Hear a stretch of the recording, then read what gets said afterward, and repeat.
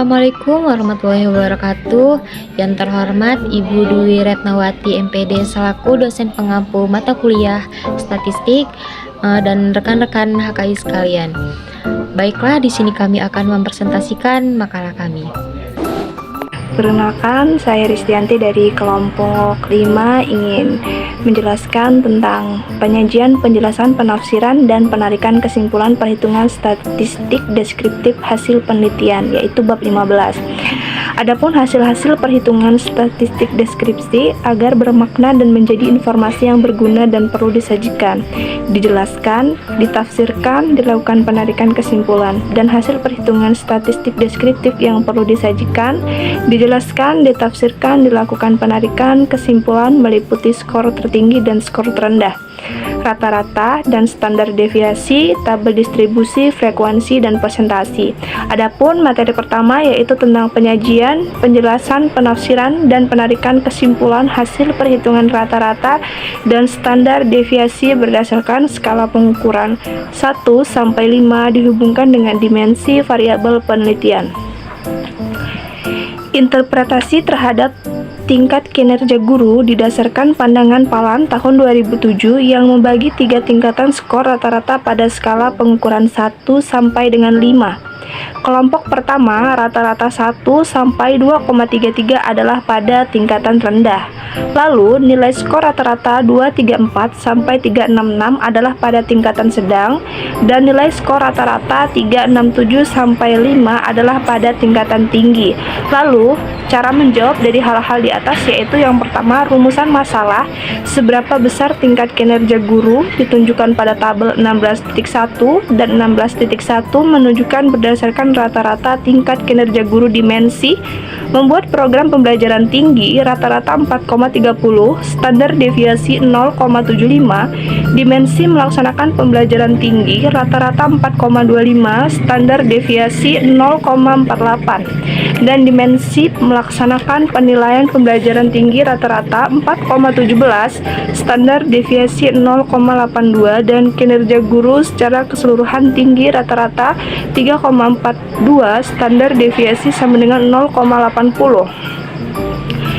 Dari materi yang saya jelaskan dapat kita tarik kesimpulan secara deskriptif hasil penelitian kinerja guru dimensi tertinggi adalah melaksanakan pembelajaran diikuti dengan dimensi membuat, dan secara keseluruhan kinerja guru adalah tinggi. Lalu materi yang B yaitu penyajian, penjelasan, penafsiran, dan penarikan kesimpulan hasil perhitungan frekuensi. Baiklah, di sini saya akan melanjutkan materi yang berjudul penyajian, penjelasan, penafsiran, dan penarikan kesimpulan perhitungan statistik inferensial hasil penelitian. Penyajian, penjelasan, penafsiran, penarikan kesimpulan hasil perhitungan dan pengujian statistik uji validitas butir instrumen umumnya diletakkan pada laporan penelitian, bab metodologi penelitian, subbab uji validitas, reliabilitas, tingkat kesukaan, dan daya pembeda butir instrumen, subbab uji instrumen. Berikut adalah daftar drop dan valid instrumen variabel pemahaman kurikulum. Pada data tersebut memberikan informasi bahwa validitas butir instrumen pemahaman kurikulum, dimensi komponen kurikulum, indikator standar kompetensi terdiri atas 1 butir. Butir tersebut valid. Tingkat validitas 0,695, kategori tinggi. Indikator beban belajar terdiri atas 2 butir. 1 butir valid dan 1 butir drop. Tingkat validitas 0,695.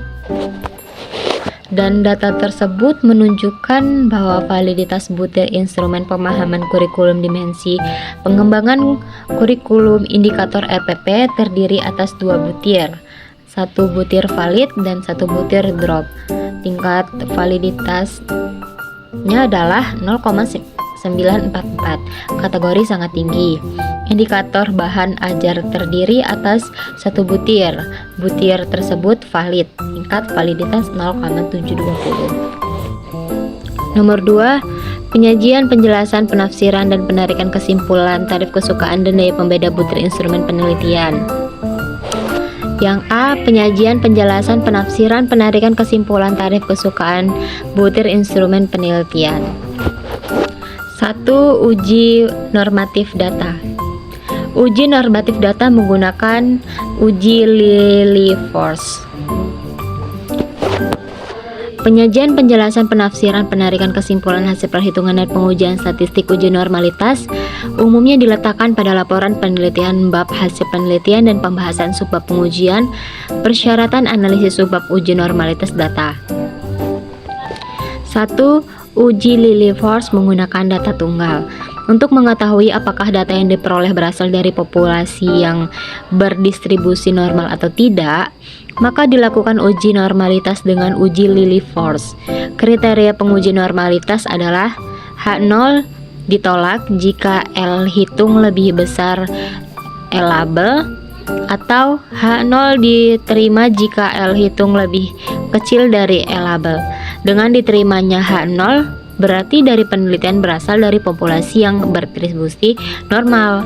Untuk perhitungan normalitas pada penyajian sederhana, diuji normalitas menggunakan uji Lilliefors dengan hasil uji normalitas. 1. Uji Lilliefors menggunakan data tunggal.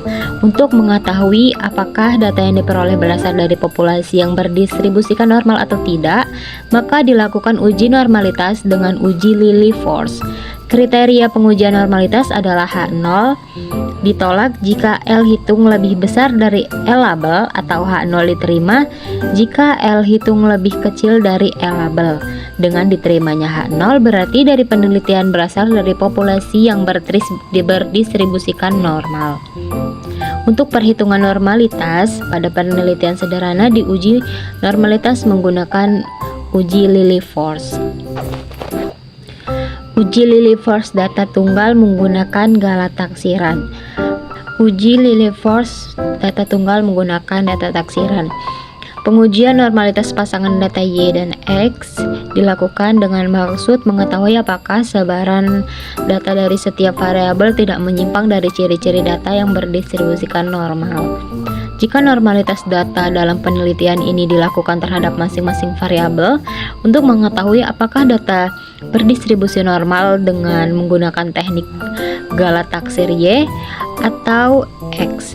Dengan menggunakan teknik analisis tersebut diperoleh nilai L hitung kurang dari nilai label.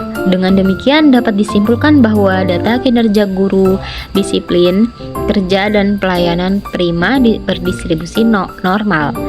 Uji normalitas data kelompok menggunakan uji KI kuadrat.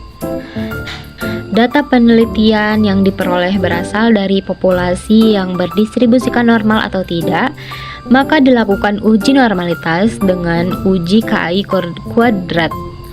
Kriteria pengujian normalitas adalah H0 ditolak jika X kuadrat hitung lebih besar dari X kuadrat label, atau H0 diterima jika X kuadrat hitung lebih kecil dari X kuadrat label.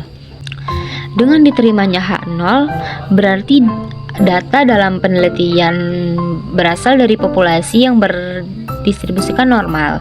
Jika H0 ditolak berarti data berasal dari populasi berdistribusikan tidak normal.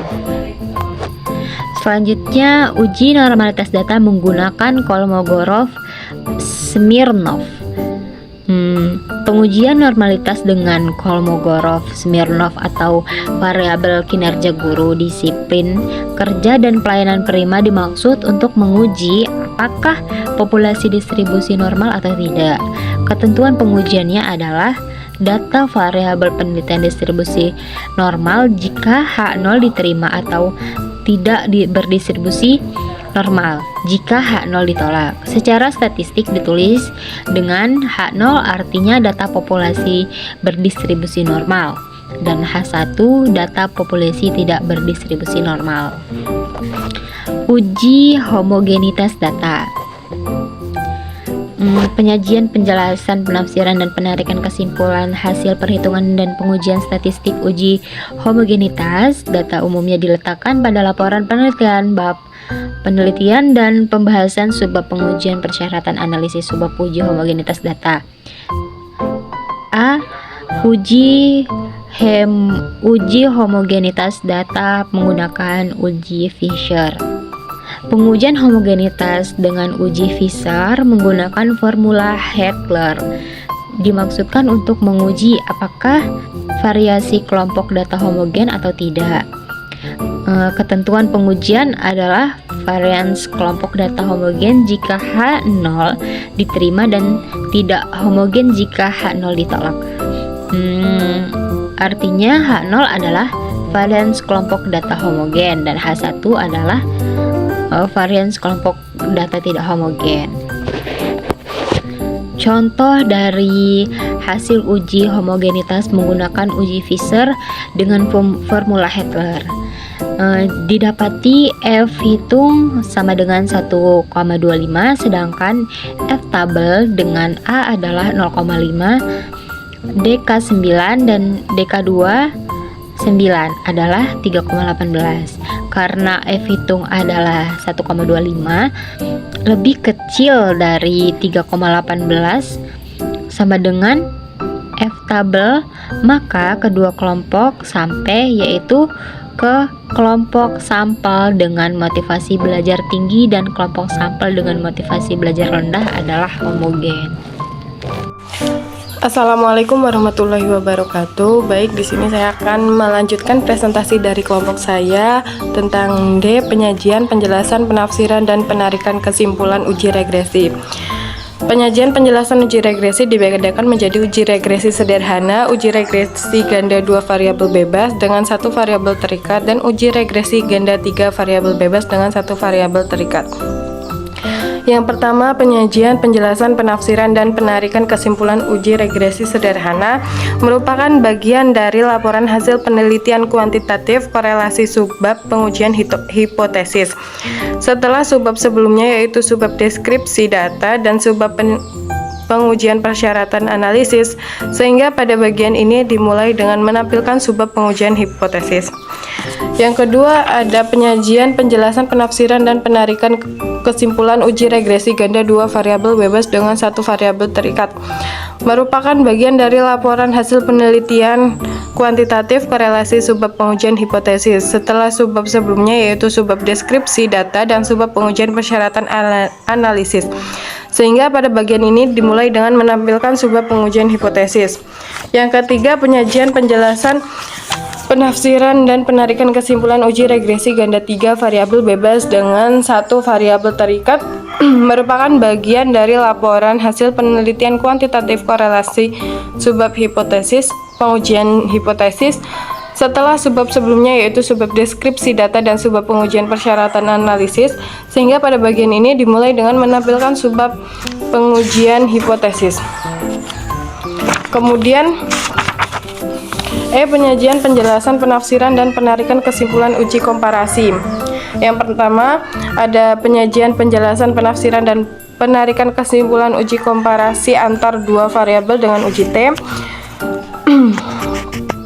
Penyajian, penjelasan, dan penafsiran serta kesimpulan uji komparasi merupakan bagian dari laporan hasil penelitian kuantitatif komparasi subbab pengujian hipotesis setelah subbab sebelumnya yaitu subbab deskripsi data dan subbab pengujian persyaratan analisis, sehingga pada bagian ini dimulai dengan menampilkan subbab pengujian hipotesis.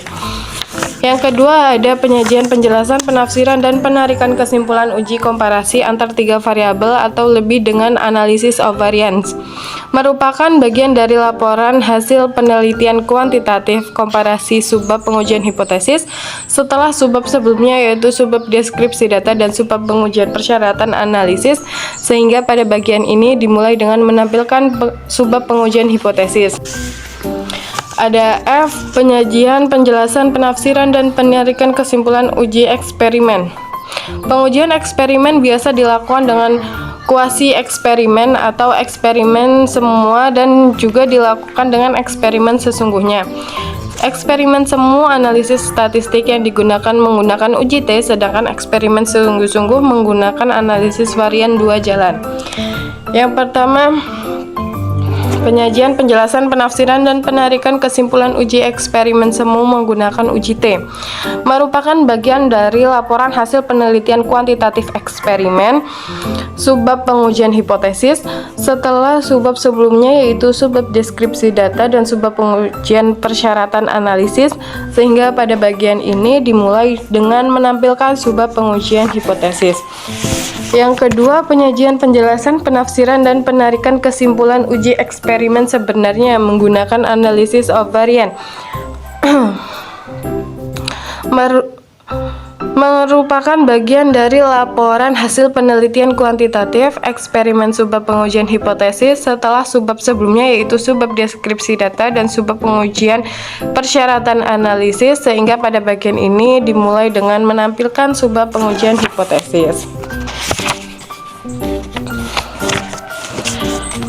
Ada G, penyajian, penjelasan, penafsiran, dan penarikan kesimpulan uji analisis jalur. Penyajian, penjelasan, penafsiran, dan penarikan kesimpulan uji analisis jalur meliputi analisis jalur antar 3 variabel, antar 2 variabel, antar 4 variabel, model timing, dan model dekomposisi. Pada buku ini hanya dibahas analisis jalur antar 3 variabel dan antar 4 variabel. Yang pertama, uji analisis jalur dengan 3 variabel merupakan bagian dari laporan hasil penelitian kuantitatif analisis jalur subbab pengujian hipotesis setelah subbab sebelumnya, yaitu subbab deskripsi data dan subbab pengujian persyaratan analisis, sehingga pada bagian ini dimulai dengan menampilkan subbab pengujian hipotesis. Yang kedua, penyajian, penjelasan, penafsiran, dan kesimpulan uji analisis jalur dengan 4 variabel merupakan bagian dari laporan hasil penelitian kuantitatif analisis jalur subbab pengujian hipotesis setelah subbab sebelumnya, yaitu subbab deskripsi data dan subbab pengujian persyaratan analisis, sehingga pada bagian ini dimulai dengan menampilkan subbab pengujian hipotesis. Baik, sekian dari presentasi kelompok kami, kurang dan lebihnya kami mohon maaf. Wassalamualaikum warahmatullahi wabarakatuh.